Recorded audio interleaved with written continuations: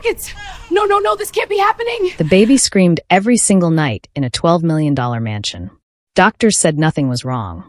3 nannies quit. But when a poor maid lifted the corner of the mattress, she found the horror no one was meant to see. The baby's cry cut through the mansion like a blade. It was 3:07 a.m. in Hawthorne Hills, an exclusive gated community perched above the city of Silverbrook, where silence was as expensive as the homes themselves. The kind of place where the streets were spotless, the hedges were sculpted weekly, and no one ever raised their voice loud enough for neighbors to hear. But tonight, the cry didn't care about wealth or walls. It echoed through marble hallways, climbed polished staircases, and seeped into every corner of the Caldwell estate, a mansion worth more than most people would earn in a lifetime. And it had been doing this every night. Again, and again, and again. A woman paused outside the nursery door, her hand hovering just inches from the polished wood. Her name was Naomi Carter. She was 29 years old, wore a neatly pressed black maid's uniform, and stood quietly in a house where people like her were rarely noticed, until something went wrong. Tonight, something was very wrong.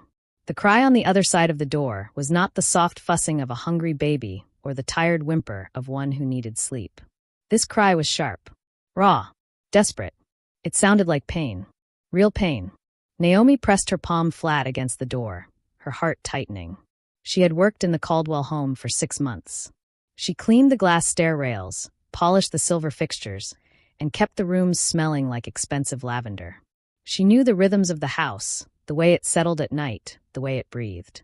But she had never heard this. Not like this. Naomi. The voice came from behind her. She turned to see Eleanor Caldwell, the lady of the house, standing at the end of the hallway in a silk robe that shimmered softly under the chandelier light. Her hair was perfectly styled despite the hour, but the exhaustion on her face couldn't be hidden. Her eyes were sharp, irritated, tired in a way sleep couldn't fix. "Why is he still crying?" Eleanor asked, her voice low but cutting. "You're supposed to handle this." Naomi swallowed. "Ma'am, I fed him, changed him, rocked him. I've tried everything." Eleanor exhaled sharply, as if Naomi herself were the inconvenience. "I don't pay you to try," she said. "I pay you to succeed." Her diamond earrings caught the light as she turned away. "My husband has a board call at 7. Make it stop." The words hung in the air long after Eleanor disappeared down the hallway. Naomi stood there for a moment, steadying herself. Then she pushed the nursery door open. The room was beautiful. Soft cream walls. A hand-painted mural of clouds and birds. A gold-framed crib imported from Europe. Everything screamed luxury. Everything except the baby. Lucas Caldwell, just 3 weeks old, lay in the crib, his tiny body rigid with distress. His face was flushed deep red, his fists clenched so tightly Naomi worried he might hurt himself. His cries came in broken, gasping bursts that made her chest ache. "Oh, sweetheart," she whispered, rushing to him. She lifted him gently, cradling him against her chest. His skin was warm, too warm, and as she adjusted her grip, her fingers brushed against his back. Naomi froze. She pulled him back slightly, just enough to look. There were marks. Small, red welts scattered across his delicate skin. Not scratches. Not diaper rash. Something else. Her stomach dropped. "Hey," she whispered softly, panic creeping into her voice. "It's okay. I've got you." But Lucas didn't calm. If anything, his cries grew louder, sharper, as if being held only reminded him of what was hurting. Naomi closed her eyes. She had cared for children before. Back when she worked as a nanny in East Briar, before money ran out and life pushed her into housekeeping jobs. She knew babies. She knew hunger cries. Gas cries. Overtired cries. This wasn't any of those. This was fear. This was pain. She paced the nursery slowly, rocking Lucas back and forth, studying the room. Everything was pristine. Organic sheets. Temperature-controlled air. A monitor that tracked breathing, movement, and sleep cycles. Perfect on the outside. Wrong on the inside. She remembered the night the Caldwells brought Lucas home from the hospital. The celebration. The flowers. The way everyone smiled for photos. She also remembered the 3 nannies who came after. And left.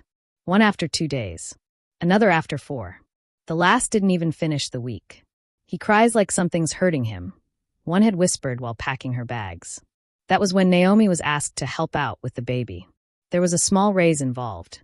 Just enough to send extra money back to her mother in Oak Ridge, who was struggling with medical bills. So Naomi agreed. The pediatrician had visited twice. Colic, he said both times, barely looking up from his tablet. Some babies just cry more. But Naomi didn't believe that anymore. Lucas's cries changed the moment she tried to put him down. She lowered him back into the crib. The second his back touched the mattress, his body arched, and the scream that tore from his throat made Naomi's blood run cold.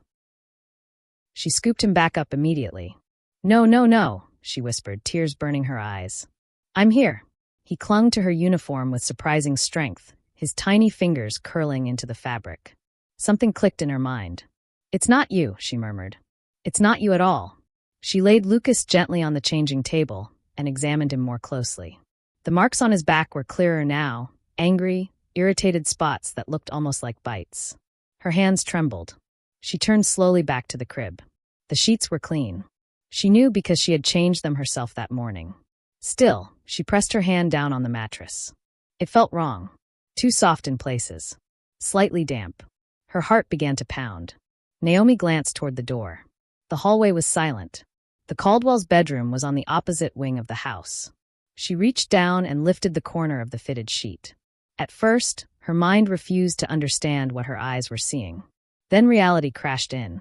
The mattress was darkened underneath, discolored, and moving. Tiny white shapes writhed across the surface, clustered in damp, decaying patches. They twisted and shifted, alive in a way that made Naomi's stomach lurch. Maggots. Hundreds of them. No, thousands. She staggered back, clapping a hand over her mouth to stop herself from screaming. The padding beneath was rotting, blackened, soaked with something foul. Dead insects. Mold. Decay. This wasn't a mattress. It was a breeding ground. "Oh my God," she whispered. Her gaze flew to Lucas. Every night he had been laid down here. Every scream. Every welt. Rage surged through her so fast it made her dizzy. She grabbed her phone from her apron pocket and took photos of the mattress, the infestation, the decay. Then she carefully photographed Lucas's back, her hands shaking as she did. She lifted him again, holding him tight, pressing his bare skin against her chest. "No more," she whispered, tears streaming down her face. "No more." She turned toward the door and froze. Eleanor Caldwell stood there. Her face was pale. Her eyes locked not on the baby, but on the exposed mattress. For just a second, something flickered across her features. Not shock. Recognition. "Put my son down," Eleanor said quietly. Naomi's blood ran cold. That was when she knew. This was only the beginning. For a long moment, no one moved. The nursery felt smaller now. The soft glow of the night lamp no longer looked gentle. It exposed everything. The gold crib. The peeled-back mattress corner.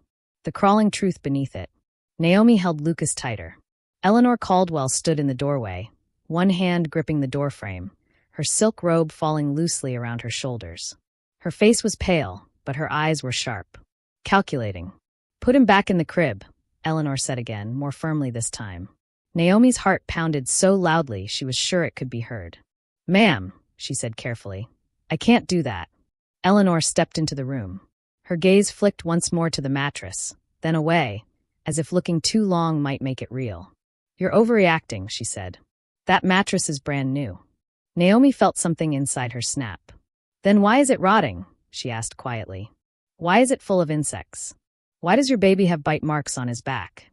Eleanor's lips parted, then pressed together again. "That's impossible," she said. "We bought it from a trusted source." "When?" Naomi asked. Silence. The kind that speaks louder than words. Naomi nodded slowly. "You didn't buy it new." Eleanor's composure cracked just a little. "My husband handled the furniture," she said. "I had just given birth. I was exhausted. Everything was so expensive.